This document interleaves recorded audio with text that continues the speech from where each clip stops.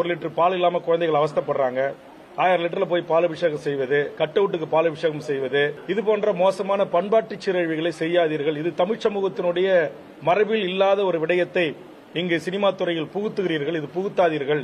இது நம்முடைய பண்பாட்டு விடயங்களுக்கும் கலாச்சார நாகரிக விடயங்களுக்கும் எதிரானது என்று ஒரு அரசியல் கட்சி தலைவனாய், ஒரு 40 ஆண்டு காலம் பொது வாழ்வில் இருக்கக்கூடிய ஒருவனாய், என் கட்சியினர் என் முன்னால் அமர்ந்திருக்கக்கூடியவர்களுக்கு, புதியதாக வந்தவர்களுக்கு நான் யார், என்னுடைய கடந்து வந்த பாதை என்ன, தமிழ் சமூகம் எப்படிப்பட்ட தமிழ் சமூகம், இதுபோன்று கட் அவுட்டு கலாச்சாரம், மண்சோர் சாப்பிடுறது, வேப்பிலை அரிஞ்சிக்கிறது, அம்மனமா உடைய தவிர்த்துட்டு 100 நாள் படம் ஓடணுங்கிறதுக்காக திருப்பதிக்கு இங்கிருந்து பாத யாத்திரை போறது, உருண்டு பிறண்டு பழனி முருகன் கோயிலுக்கு போறது, இதெல்லாம் வேண்டாம்.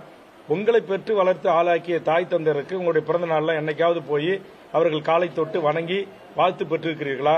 ஆனா எதுக்கு நீங்க பாலாபிஷேகம் செய்றீங்க? எதுக்கு ஒரு சினிமா நடிகருக்காக இப்படி நான் விடிய கிளம்புற 3 மணிக்கு வந்தேன், நேற்று முதல் நாளே வந்தேன், என் தலைவனை பார்க்க காத்திருக்கிறேன், நான் தவம் கிடக்கிறேன், அவரை பார்த்து அவர் அப்படியே நேரா அவரை கட்டிப்பிடிச்சு ஒரு முத்தம் கொடுத்தா போதும், என்னுடைய வாழ்நாள் பயணம் நான் அடைந்து விட்டேன் என்று பத்திரிகை ஊடகங்கள்ல, தொலைக்காட்சி விவாதங்களிலே சில பெண்கள் பேசுகிறார்கள்.